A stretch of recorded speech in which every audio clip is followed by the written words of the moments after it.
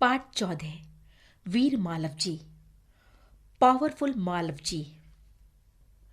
पाठ परिचय, इंट्रोडक्शन। शिवाजी उदार चरित्र के एक महान शासक थे। वे वीरता और देशभक्ति का सम्मान करते थे।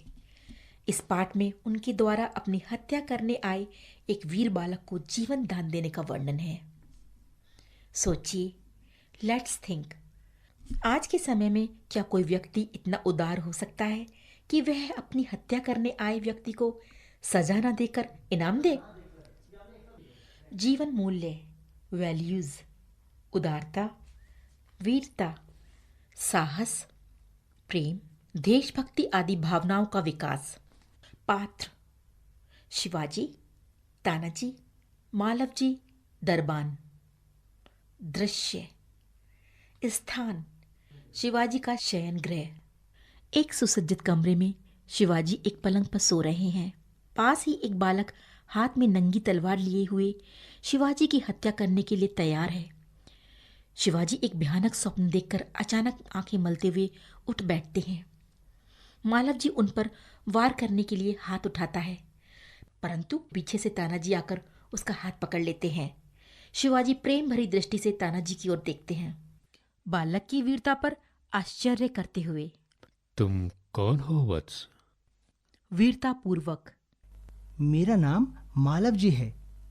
गंभीर स्वर में: मालव जी, जानते हो इस अपराध के लिए क्या दंड भोगना होगा?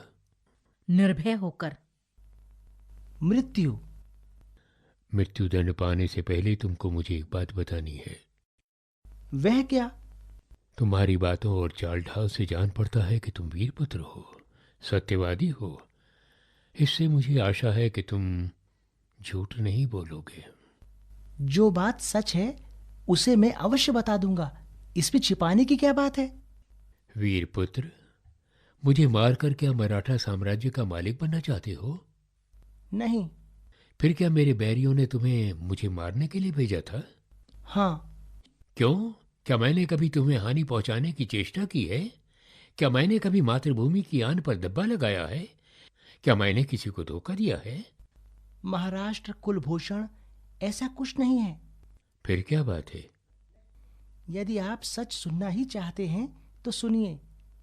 मेरे पिता आपकी सेना में सिपाही थे। मुगलों से लड़ते समय उन्होंने अपने देश और जाति के लिए अपने प्राण न्यौछावर कर दिए। आज उनको मरे हुए 2 वर्ष हो गए।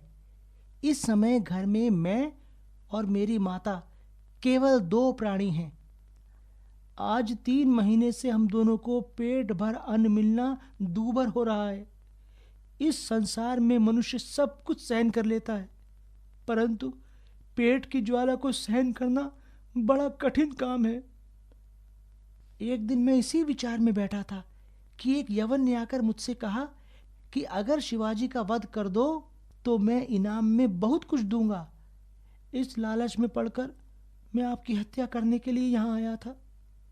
सौभाग्यवश आपकी आंखें खुल गईं। जब तुम्हें इतना कष्ट था तो मेरे पास क्यों नहीं आए? महाराष्ट्र नरेश, प्रजापति होकर आपके मुख से ये शब्द शोभा नहीं देते हैं। जिस सिपाही ने आपकी सेना में भर्ती होकर आपका नाम उज्जवल किया, उसके बाल बच्चों की देखरेख करना आपका कर्तव्य है। बालक की वीरता को मन ही मन सराहते हुए दिखावटी रोष से: तानाजी, इस बालक को ले जाकर कारागार में बंद कर दो। कल इसे मृत्युदंड दिया जाएगा। मृत्युदंड पाने से पहले मैं एक बात की भीख मांगता हूँ। वह क्या? मरने से पहले मैं अपनी पूजनीय माता के एक बार दर्शन करना चाहता हूँ। यदि तुम अपनी माता के दर्शन करके न लौटे तब? मैं वीर पुत्र हूँ। झूठ बोलकर मृत्यु से बचना नहीं चाहता। प्रतिज्ञा करता हूँ, मैं कुछ ही समय में माता के दर्शन करके अवश्य लौट आऊंगा। बालक की वीरता की मन ही मन सराहना करते हुए: अच्छा, जाओ, यही देखना है। मालव जी का प्रस्थान।